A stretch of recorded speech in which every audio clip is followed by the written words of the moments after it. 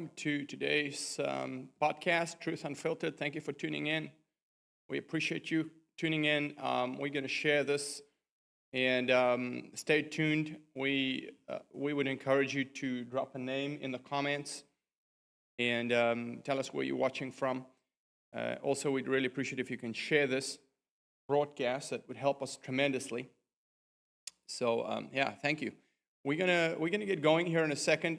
Today we're gonna talk about world events, and we'll get into some of these videos pretty soon, and I'll comment on them. We've got different things going on. Zoran Mamdani meeting, with Trump in the White House. Trump approval, 28-point plan to end the Russian-Ukraine. White House official says secret plan, Trump's next move in the Russian-Ukraine war. We're going to comment on that, and then the Epstein files that's being released. Of course, that's going to be pretty interesting, I would say, at the very least. And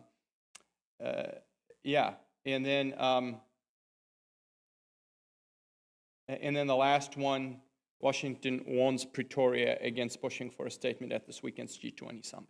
Okay, so it's going to be very, very, very interesting. I'm gonna like this week's one. This is going to be one of my favorites. So the only thing I haven't really pulled up anything on right now, which is of course a part of world events. Maybe if we have enough time, I could pull something in there. But is the events in the Caribbean right now. I'll just comment on it before we start because people are probably going to ask. To me, the writing's on the wall with that. I think, Maduro is going to have to leave. I mean, that's clear as day is what's happening there. So what people's political view on it is, whether that should or shouldn't happen, whatever. Get somebody in there that can do the job properly and get those cartels sorted out. So anyway, that's what I think is going to happen there. But Brooke, and again, if you're watching, please comment. Tell us where you're watching from. We're sharing the podcast right now, and we're going to get into that first video in a few minutes here. I can't see any comments yet. Let me refresh this real quick.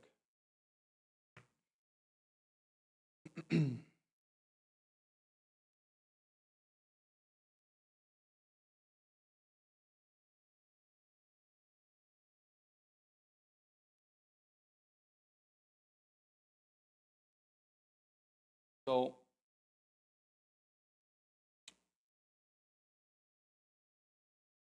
let's see. Okay, thanks.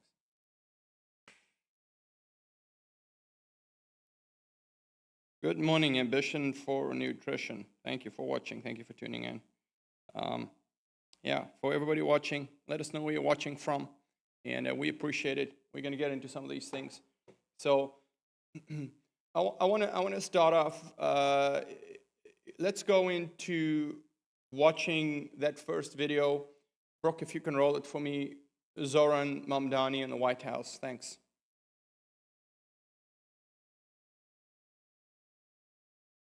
Often think, I've watched this now for 10 years. They screw up because they think they underestimate him. Like, what is your goal for a meeting with Donald Trump? What do you want to come out of a meeting with Donald Trump? I want to just speak plainly to the president about what it means to actually stand up for New Yorkers and the way in which New Yorkers are struggling to afford this city. And frankly, cost of living is something that I heard time and time again from New Yorkers about why they voted for Donald Trump. And this is something that is only continued in the last few months of this year, where we're hearing about childcare concerns, rent concerns, Con Ed concerns, even just getting on the bus, just $2.90. And just to make it clear to the president that this is what we're talking about, these are the stakes for New Yorkers and their ability to keep calling this city their home. Have you had any moments of buyer's remorse since you won?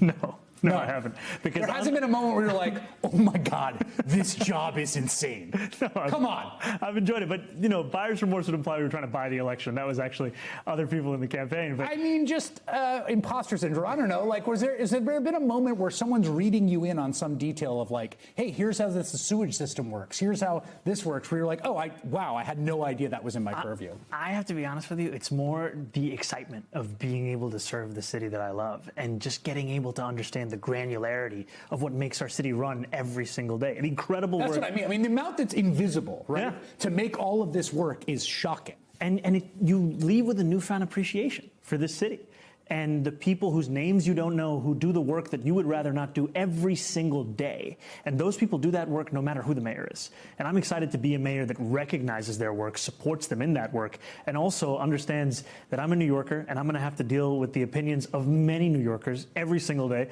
And sometimes they'll sound like they're supporting me when they're yelling at me, and that's fine. There's two parts of the exit polling that jumped out at me. And everyone says, and I think rightly, like New York is a very sui generis place. It's not like a model for sui generis, I got to be honest with you.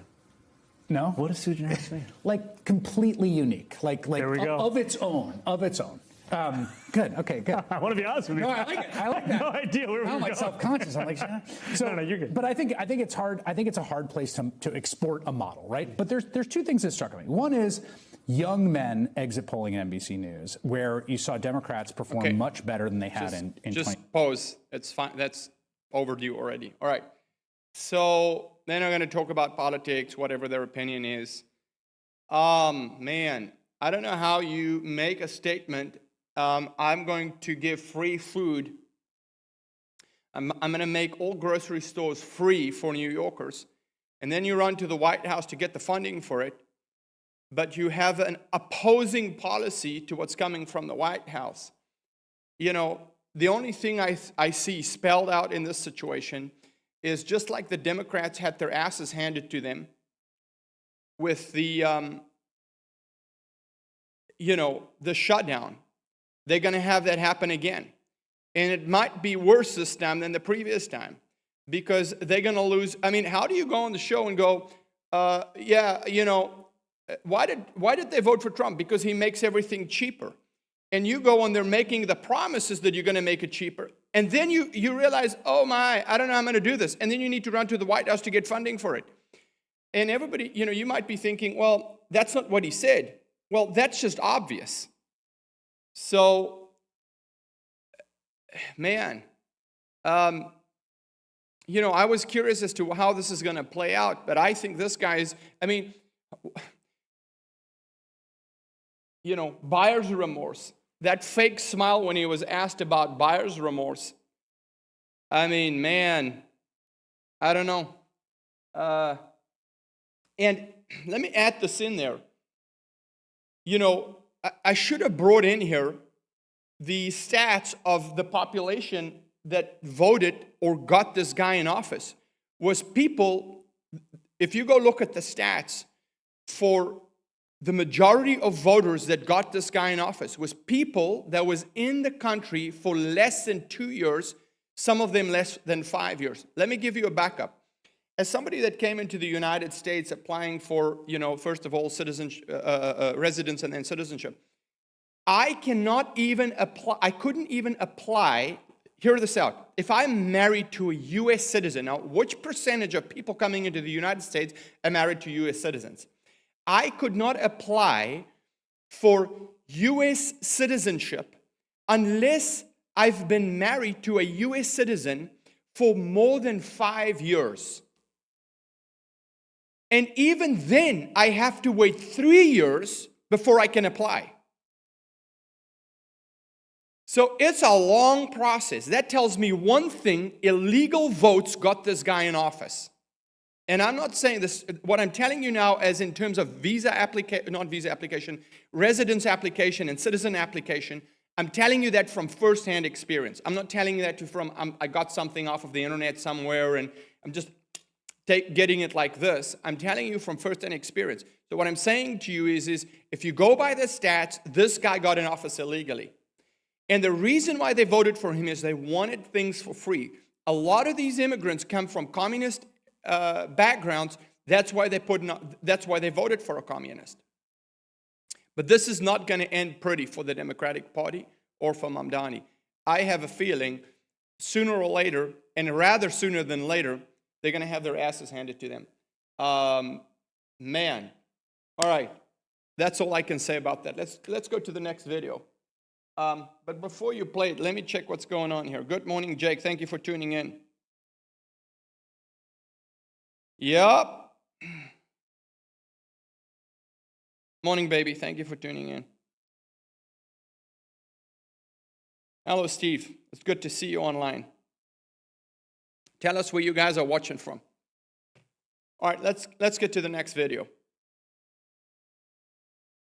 Welcome back. A senior White House official tells CBS News that President Trump approved a 28-point plan to end the war Russia launched on Ukraine nearly 4 years ago. As CBS News foreign correspondent Remy Inocencio reports, President Trump's special envoy and a top Russian official helped create this plan. Yes, CBS News has learned that a senior White House official is saying that President Trump's special...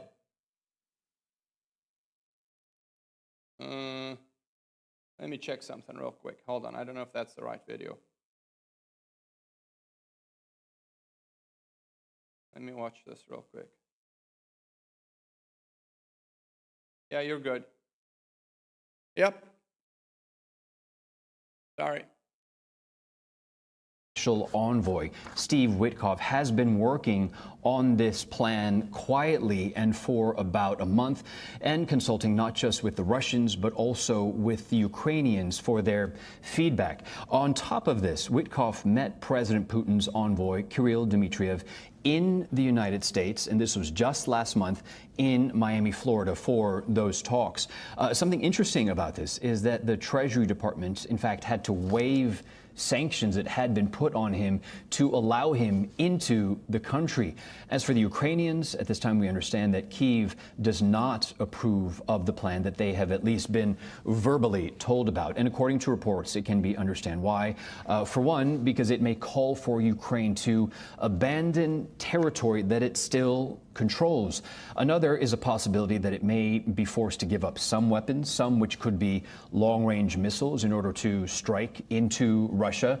And then there may be the call to shrink the Ukrainian army. And these have been demands that Russia has wanted for a long time. Our CBS News producer in Ukraine says that the reaction right now is, quote, very skeptical and very negative, and that Ukraine was not involved, and that they say that the plan is more so capitulation more than any kind of plan towards peace.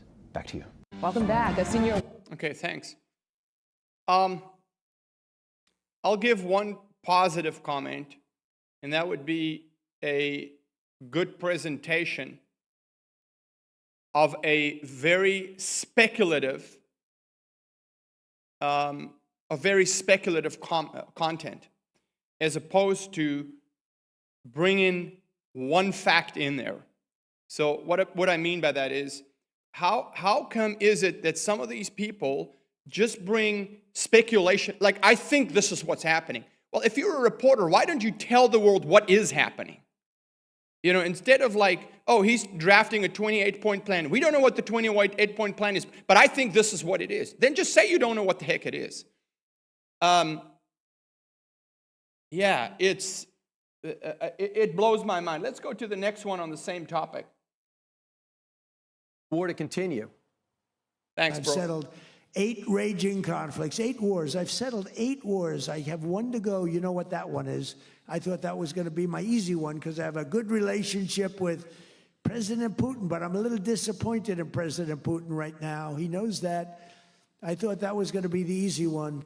Joining us now is Arkansas Senator Tom Cotton. Senator, there's a 28-point plan kicking around out there, and it just sounds ridiculous that Vladimir Putin drew it up, that they're going to have to cut their forces by 2/3. They get all the Donbass region. You can't have any long-range missiles. I mean, this is a non-starter.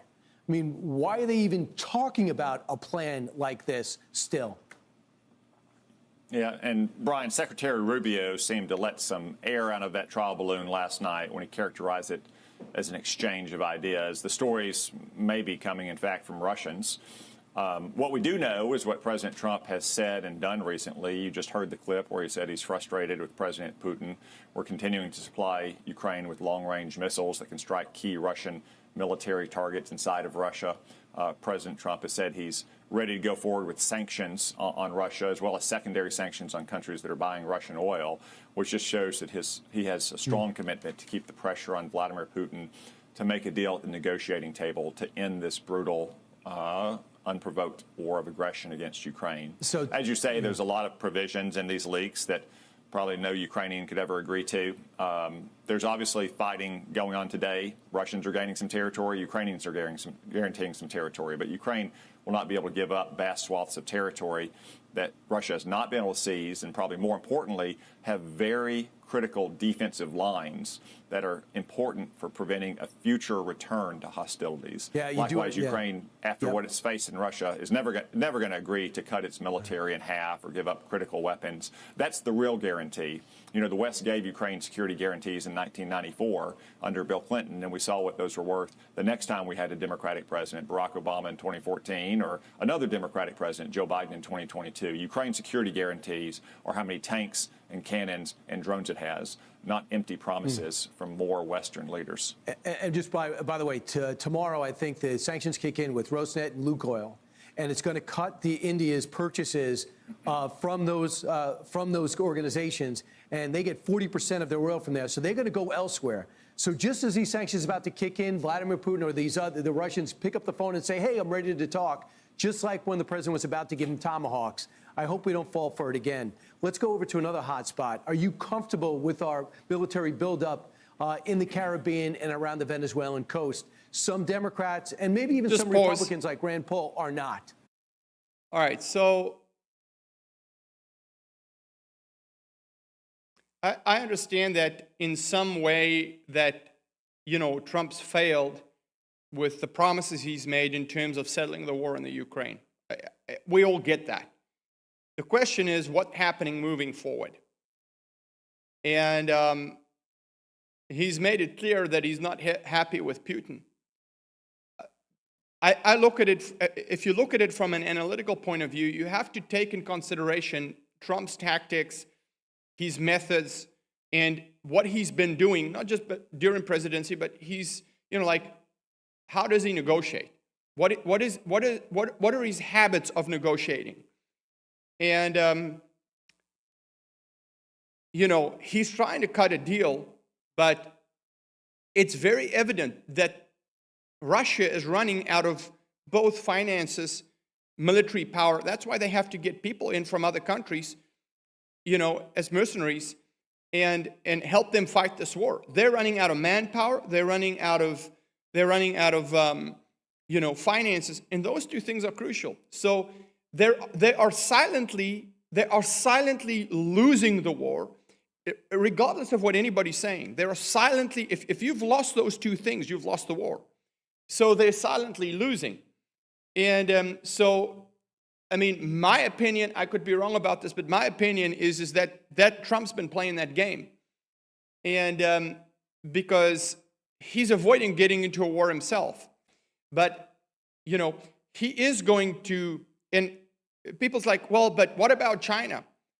Watch at the end. Watch till the end. And it's actually not on Russia. The China thing at the end that we're going to do is not on Russia, but it's on South Africa. But it'll give you a good indication of where China is standing and what China's decisions are. A very, very good indication of what's happening as an overall thing, as opposed to just focusing on one subject and just, you know, getting overzealous and carried away on one subject.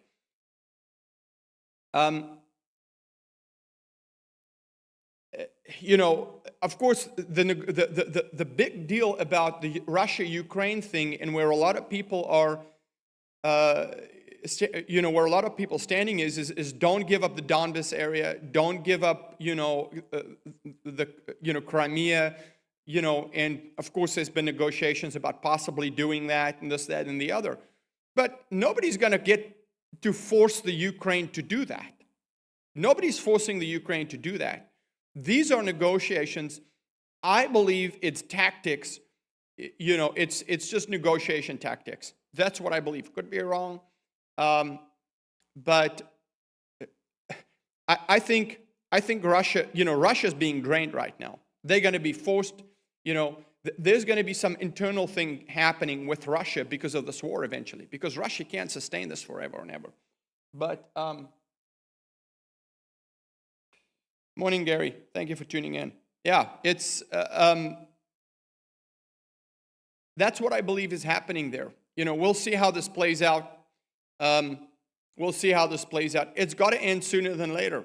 And the fact that, one of Trump's tactics is he'll make a strong announcement about something or someone, and then he disappears and doesn't say anything. And usually it's about, I don't know, depends, 3 to 9 months or something.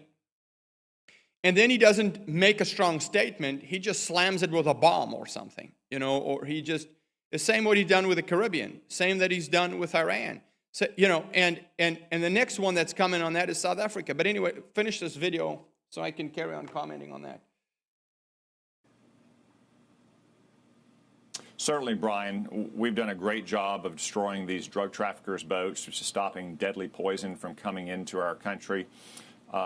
Secretary Rubio said that all of these strikes are supported by multiple sources of intelligence. That's correct. You can also use your common sense. If any of these have been boats full of fishermen or refugees. Okay. I like it when people say use your common sense. Like, seriously. Like, use your common sense. When you have to go by somebody else's common sense, I genuinely question your IQ level. I really question it. That is good. That is good. That is a good news broadcast with somebody with some brains. All right, carry on. And International would have already been on the ground and interviewed all their families and told their stories. So I think we can be confident that all of these strikes have been against cartel-based drug traffickers who are destined for the United States. And I assume when the president does talk to Maduro, directly or indirectly, the message is going to be leave. And the Colombia leader, Colombia is now saying that Maduro should really leave the country. And that's way would probably allow the country, the war to continue. Yeah, so that's exactly what I wanted to get to, is that just, I don't need to add a whole lot to what this guy is saying. I mean, there might be one or two things that need to be added, but you don't need to add a whole lot to that. So Maduro will leave, I said it earlier, and I believe that the Russia-Ukraine thing, that Russia will be sanctioned. And what's happened is, he just said it. So what's happened with Russia was that Russia was given a chance. So the war has drained Russia. Remember, the war has not just drained Ukraine. The war has drained Russia.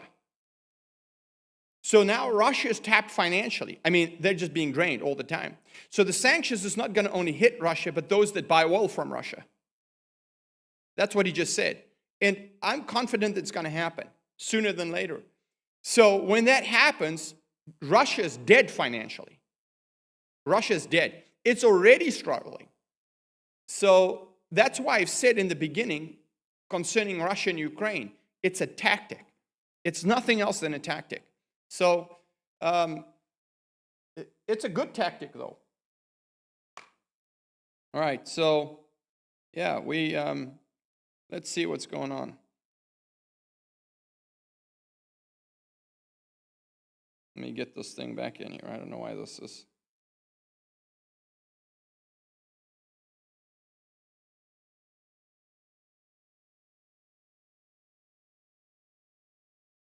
This is not. Look, if you have time, just check on the comments for me. I don't know what's happening with that thing. But anyway, all right, before you do that, let's go into the next video. And this is Eyewitness News with live breaking news.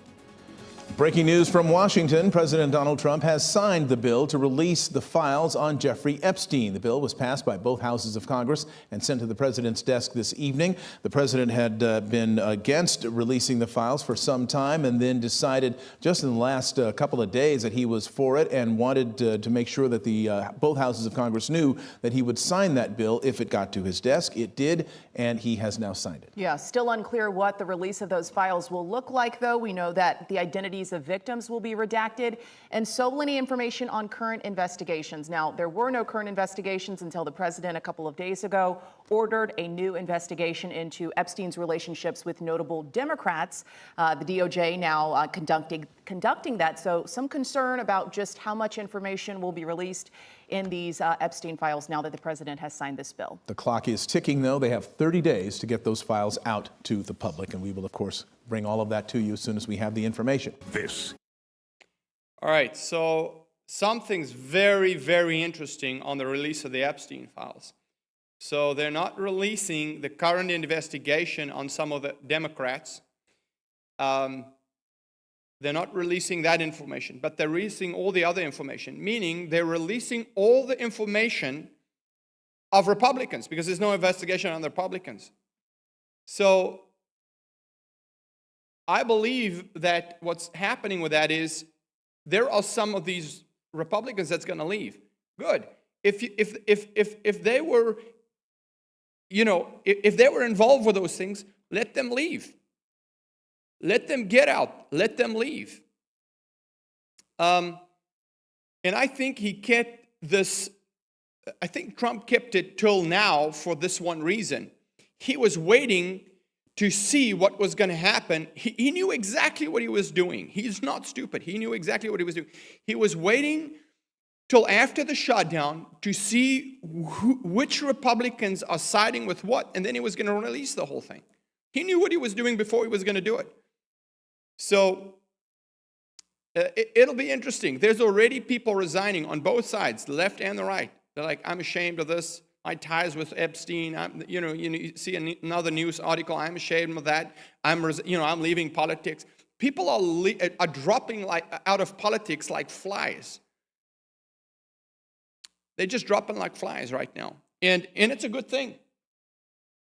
It's a good thing. It really is a good thing. So there's some Republicans that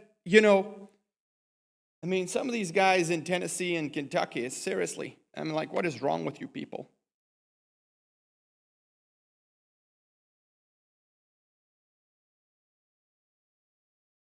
Yeah, so I really think, and I really believe that there is something, again, if you've watched, comment on there. If you're new and you just jumped on, comment, tell us where you're watching from. We appreciate it.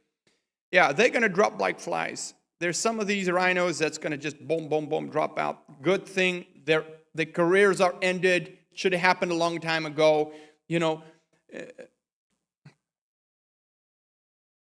Yeah, it's a good thing. And everybody was like, Trump's a part of the Epstein thing. And all these news channels, they do the same crap over and over and over. Make an accusation for 5 years, never apologize for false news, and then when the truth comes out, they just don't say anything. They just continue. And then you have these, brain-dead people watching the same freaking news channels, and they don't ask, well, I guess that was a lie. No, they just keep following it. I just can't understand it. I just don't understand it. It just doesn't make any sense. But anyway, I guess some people are handicapped mentally. So, right, let's go on. The Trump-Epstein files. Where is that video? Oh, my. Oh, it is there. I see. Yeah, that's gonna turn a number of things in this country, for sure. Long term. That in the Mamdani thing is going to turn things in this country. You watch and see. I don't know how, first when Mamdani got into office first, I'm like, oh my, New York's messed up. I mean, it's had its problems, and it still has its problems. But, it's like when the shutdown happened, what were they thinking? Were they thinking they were going to be able to achieve something? I mean, it was like, you know, it's like a bunch of rats trying to escape, finding an escape hole from a death trap. That's what that's like. That's what happened with the shutdown. And I'm telling you, that's the same thing that's going to happen in New York with Mamdani. How long that's going to take, I hope it doesn't take the whole term. It might, but I have a feeling it's going to happen way before that. Yeah, Trump, thank you, Gary. Trump played them like a fiddle. You know, and people's like, he's stupid. No, there's a difference between acting stupid and being stupid.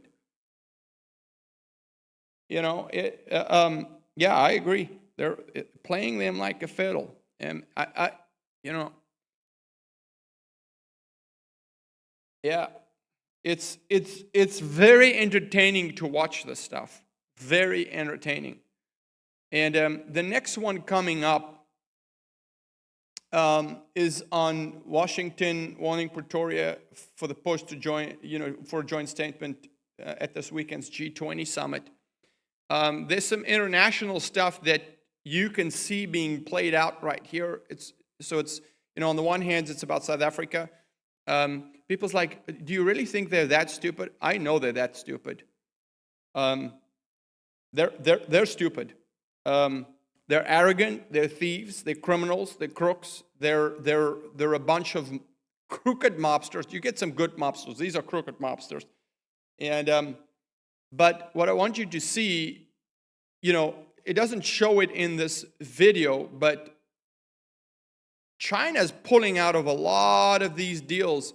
Like, for example, what I'm talking about is what's happened with China, in the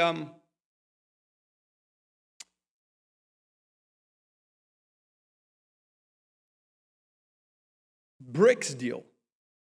What's happened with China and the BRICS deal?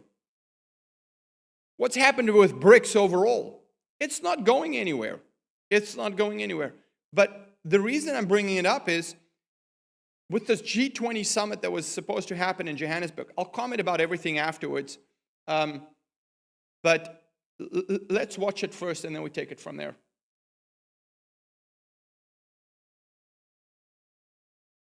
Was laying the plans for this, and now this letter saying, well, don't even think about issuing a statement, a declaration at the end of this summit, suggesting that there's been a consensus decision. This is only, from an American perspective, allowed to come as a statement from the chair. I think it's also very important, Arabili, to underscore that in writing, they have said for the first time in this diplomatic note that the three driving factors that President Ramaphosa is focusing on at this leaders' summit, solidarity, equality, and sustainability, are not aligned with US policy. I mean, to see that in black and white, all of this presents a huge challenge for the world leaders who are coming here and are attending this summit. Are they going to say, okay, well, we better, because the United States has warned us not to engage in a consensus declaration, let's not do it. I mean, are they going to stand up or are they going to not? That's going to be my next question. I mean, one, the whole aspect of solidarity, inclusiveness, etc., deals a lot with what the US is going through anyway at present, with the whole DEI and doing away with that really at a broader scope is Donald Trump's legacy ultimately for this year especially. But the question mark becomes, we've seen France already say that they're actually pledging to stay with the cause and actually really support Africa and South Africa in this cause. But the question mark is some of the other allies, the bigger nations, the rest of the G7, as it were, whether they would actually stand up to Trump and say, no, actually, we think that everything discussed here was right. I think that in many ways, the release of this diplomatic note turns this weekend's events into a huge global litmus test. Yes. French President Emmanuel Macron, absolutely, as you said, already communicating, he thinks there should be a declaration at the end of this summit. We know that the Foreign Minister, Ronald Lamola, earlier in the week said nothing should get in the way. If the US wants to withdraw from this summit, that's on them. Sure. Nothing should get in the way of efforts to formulate a joint declaration at the end of it. there are leaders out there that have not really distinguished themselves yet by standing up to Donald Trump. One of them is the British Prime Minister, Sir Keir Starmer, who is coming to this summit.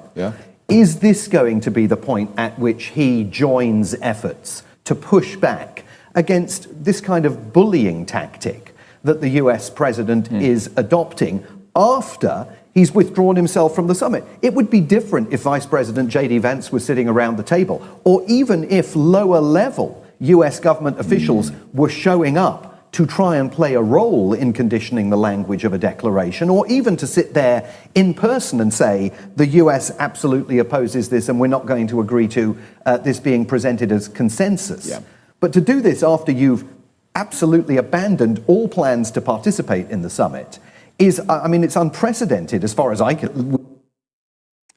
Man, you can't fix stupid, but you can numb it with a 2x4. So first of all, how is it that you want to dictate the order of which a summit or an organization or a agreement needs to be run by that you haven't started? Let me back up. This was started by the head of finance of the United States and the head of finance of Canada. Way back when. It was initiated by the United States government, and those two parties set the whole thing up. For the reason that when these, let's call it developing countries, was coming up in countries that's emerging and, getting, becoming stronger and such, when they're getting finances from the World Bank, what happens is there's an agreement and people just don't run off and go and do their own thing. So when the U.S. didn't show up, and you go, well, you got to do it according to X, Y, and Z, well, first of all, you didn't start it. And second of all, this is about finances and being in agreement with world finances. And now you go and join BRICS, right? So that we can reset where we get our finances from.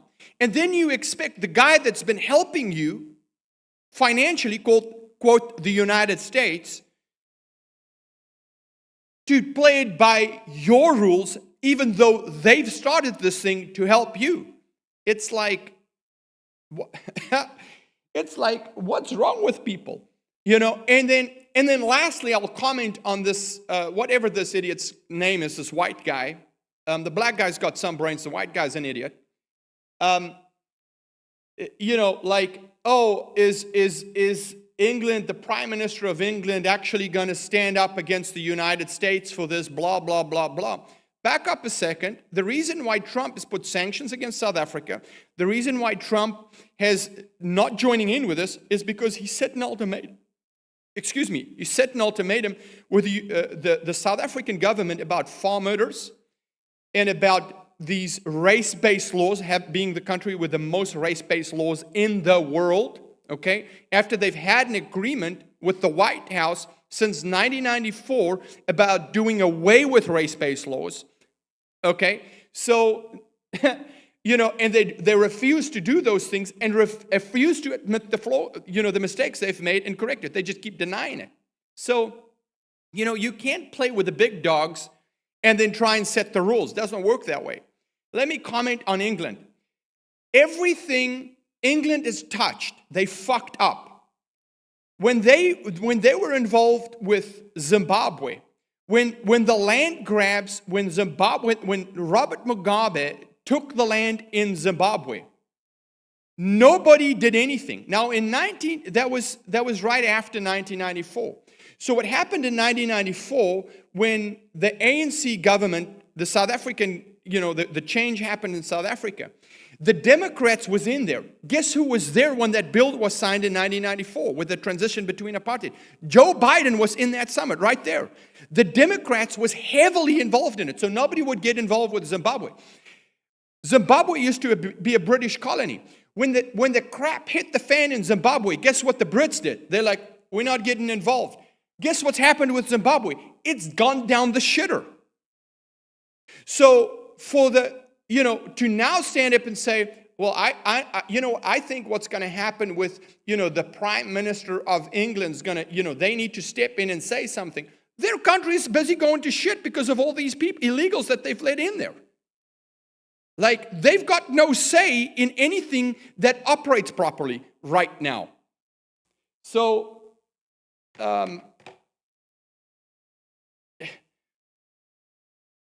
but what's most interesting to me is China did not show up at the G20 summit. So that tells me China's pulling out of BRICS, China's pulling out of G20 summit. What's Russia going to do? You got to obey who's ever setting the rules here. And China cannot afford to lose trade with the United States. South Africa has forever claimed, well, China is our biggest trade partner. That's a correct statement, but it's half a statement, because the other half of the statement is that South Africa also buys more from China, way more than they sell to China. That means if you take what you sell, right, versus what you buy, you ultimately want to be making a profit and not a loss. We've been making a loss. That's the part that nobody tells you. So without the U.S. as a trade partner, and without, now China's backing out of it. Guess what's going to happen next? South Africa is forced to obey the rules that the United States is setting. I guarantee you that, 100%. So, again, you can't fix stupid, but you can numb it with a 2x4. And the 2x4, people's like, when is that going to hit them? It's already hit them. It's already hit them. They're going to be, there's a video, I'm not going to show it right now. There's a short little video somebody put up of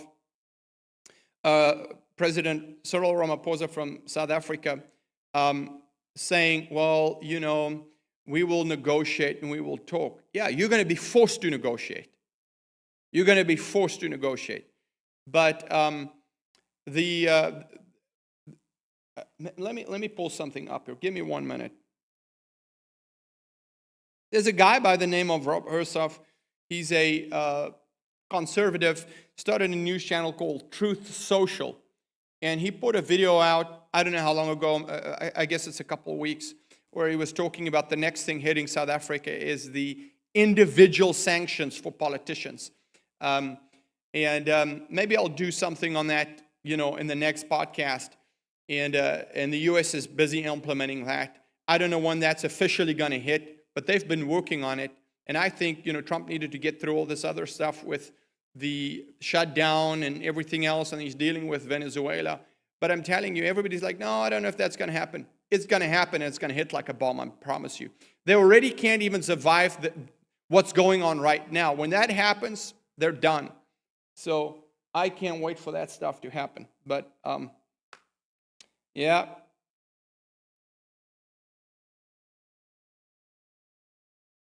This is interesting. So people's like, well, Trump's going to cause another world war. The world can't afford another world war. What do you mean? Are you talking about lives? Yeah, that too. But financially, you can't fight if you're in the negative. So it's just common sense. It's like that guy said earlier, that they interviewed on that Fox News channel. I don't necessarily agree with everything on Fox News channel, but at least that was a decent broadcast they had there. So I'd give them that. But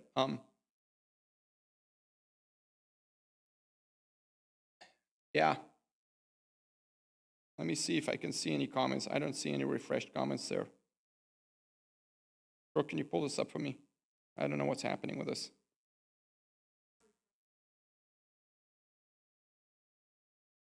I haven't refreshed it. Oh, I see. All right, she says no one else has commented. Yeah, you guys drop a comment in there. I don't know if I numbed everybody by my strong opinion, but I just thought I'd throw it out there. Or strong language. People's like, he says, yes, sir. Did I numb you? I don't know. I hope not. But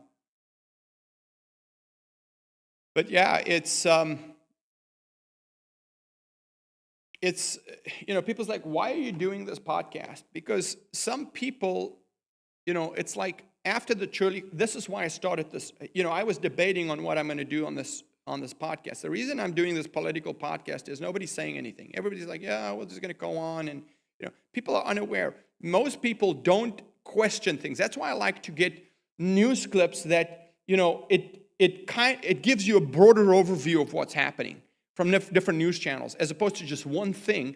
And you can throw the thing together. Oh, China did this. Oh, Russia did this. I never thought about that. You understand? Because otherwise, it's just like a one-sided thing, and people run off with that, and they're like, oh, this is happening. And meantime, it's not what's happening at all. Linda says, just so much info. Ha ha ha. Yeah, I get it. It's a lot of info. It's a lot of info. But I'll add this in there.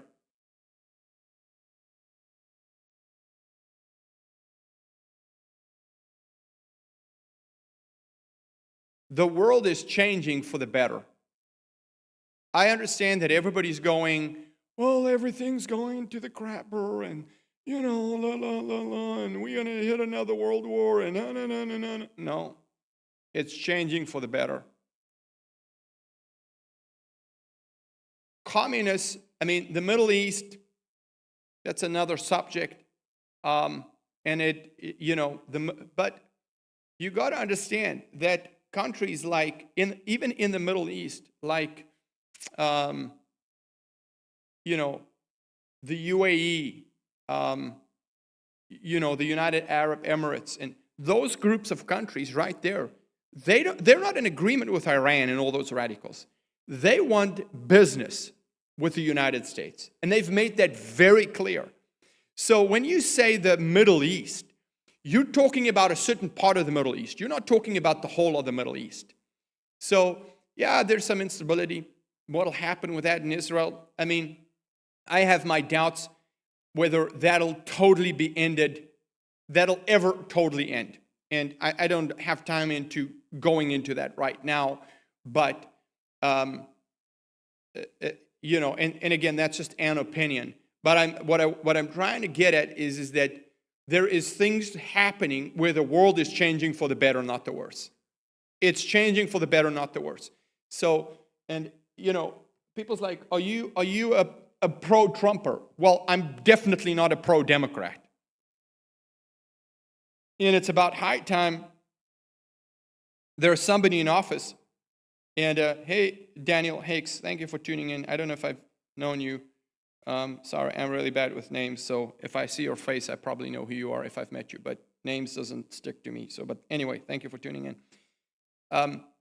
People's like, well, is it like, yeah, I get it. He said he was going to end the Ukraine war, and it didn't end. But things are changing for the better. So, if you see the overall picture, people's like, well, and I want to get this point across, is that we're not doing this podcast because we're trying to see how everything's going wrong. We're trying to tell you, number one, what is going on in the world, but to be able to have a positive, view and outcome of what's really happening. And unfortunately, you can't always say that when the wrong people are in office. So, yeah, I agree. Let Trump do his thing.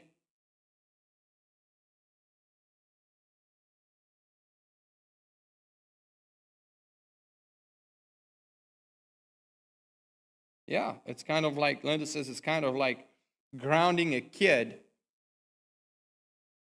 It feels bad at first, but until the kid gets back on track. Yeah, it's like some people. I'll just say this: countries go through things all the time, but you can't just think about. Sometimes something needs a reset. Like, for example, I'll speak about South Africa, and I'm sure if I get a couple of Ukrainians, I know a number of Ukrainians and Russians, a number of them. You think I'm conservative? You speak to the Ukrainians and the Russians and hear their opinion. So, they're way stronger in their opinion than I am. So I'm not going to speak too much on Russia and Ukraine because I'm not Ukrainian, but I can speak in terms of South African. The stuff that's going on there is insane. Like, yeah, the sanctions are tough. It's pulling the economy down. It's doing, it's making it rough for some people. But it's been rough because of, all those policies and farm murders and trying to take people's land. If Trump, I'm telling you right now, if Trump didn't have that meeting with Ramaphosa in the White House, they would have taken people's land, 100%. And they would have taken all of it. It would have gone the same direction as Zimbabwe, 100%, 110%. I was a teenager when the whole thing happened in Zimbabwe. Well, maybe late teens, early 20s when that thing happened. And of course, the after effects of it. It's horrible. I know we had people in our church in South Africa that went through that came from Zimbabwe to South Africa. I can tell you one story after the other. So I prefer this happening right now, way over that Zimbabwe situation. And the reason I brought up the Prime Minister of England, and I brought up England, and I pointed, out this guy's comments, this last video we watched, this stupid white guy, is because everybody, you can speak to any Zimbabwean, they'll tell you that. England just watched and said, we're not getting involved. We're not doing anything. We're not getting involved. Let them do their thing. Let them take the land. And now it's gone to the crapper. So, some things needs intervention.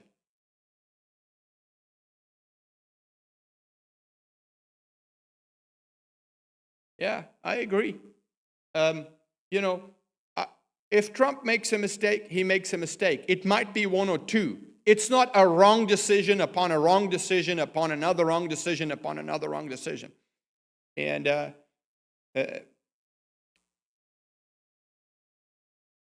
like we used to have with the previous presidency. It's like the worst decision upon the next worst decision upon the next worst decision. Thank God that's over, right? So we're having a field day, this